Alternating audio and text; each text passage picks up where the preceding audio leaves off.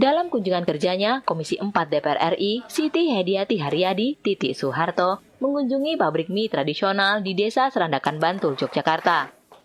Pabrik yang berdiri sejak 1940-an itu hingga kini masih menggunakan tenaga hewan sapi untuk menggiling tepung tapioka dan gaplek, yang merupakan bahan baku pembuatan mie yang diberi nama mie letek tersebut. Pabrik mie letek tradisional yang kini dikelola oleh Yasir Ferry Ismatrada masih menggunakan peralatan tradisional dan tenaga manusia serta hewan ternak. Dalam 1 bulan, pabrik tersebut mampu memproduksi 10 ton mie yang dipasarkan hingga luar DIY. Jumlah tersebut masih jauh mencukupi karena tingginya permintaan pasar yang bahkan terus meningkat. Menurut Yasir Ferry, pihaknya tak mampu memenuhi semua permintaan pasar lantaran keterbatasan peralatan yang masih tradisional. Selain alat pengaduk bahan baku tepung tapioka yang masih menggunakan tenaga hewan ternak sapi, pengeringan atau penjemuran juga masih mengandalkan sinar matahari. Karenanya, produktivitasnya sangat terbatas dan bergantung pada alam. Untuk kendala mie letek di Bantul ini yang saya hadapi adalah pertama dalam bentuk teknologi peralatan. Karena kita masih tradisional, kita masih banyak membutuhkan teknologi, yaitu seperti pengering, ya kan?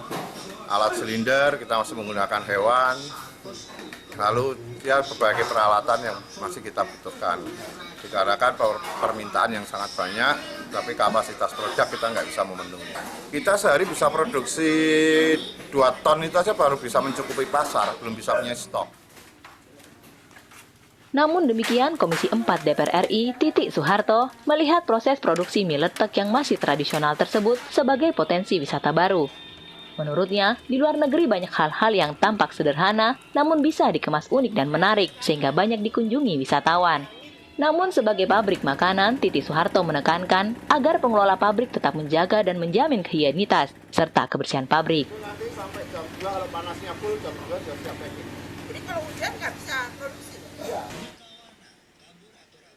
Saya mengapresiasi bahwa yang tradisional ini masih dipertahankan, tapi tadi saya agak protes sedikit, tetap aja walaupun itu tradisional, higienisnya tetap harus dijaga. Nah ini tradisionalnya tuh bikin untuk mengaduk mie-nya itu tadi bisa dilihat pakai tenaga sapi. Jadi sapi suruh muter untuk menggiling itu. Padahal di mana-mana sudah pakai gilingan yang mesin ya kayak blender. Saya melihat ini sebagai potensi wisata. Kalau saya keluar negeri itu ada sesuatu yang nggak penting gitu, jadi bisa bes-besan orang bes-bes datang ke situ untuk dilihat. Nah ini kan segini, ini sangat menarik sebetulnya ya. Didampingi Bupati Bantul Suharsono dan jajarannya, Titi Soeharto pun sempat mencicipi mie letek khas Bantul tersebut. Mie tradisional yang dibuat tanpa bahan pengawet dan dari bahan baku ketela dan gaplek tersebut diakui memiliki cita rasa yang lebih gurih dari mie lain yang berbahan tepung terigu. Ini loh, mie leteknya. Mie letek asal Bantul ini bahkan pernah disajikan untuk menjamu Presiden ke-44 Amerika Serikat, Barack Obama, yang di kemudian hari semakin melambungkan nama mie letek di dunia internasional. Di sela kunjungan Titi Soeharto tersebut, Ferry pun berharap ada perhatian pemerintah untuk mengembangkan usaha tersebut. Hal ini mengingat jumlah kebutuhan pasar yang besar, bisa menjadi peluang ekonomi bagi para petani ketela dan gaplek, sekaligus menambah lapangan pekerjaan.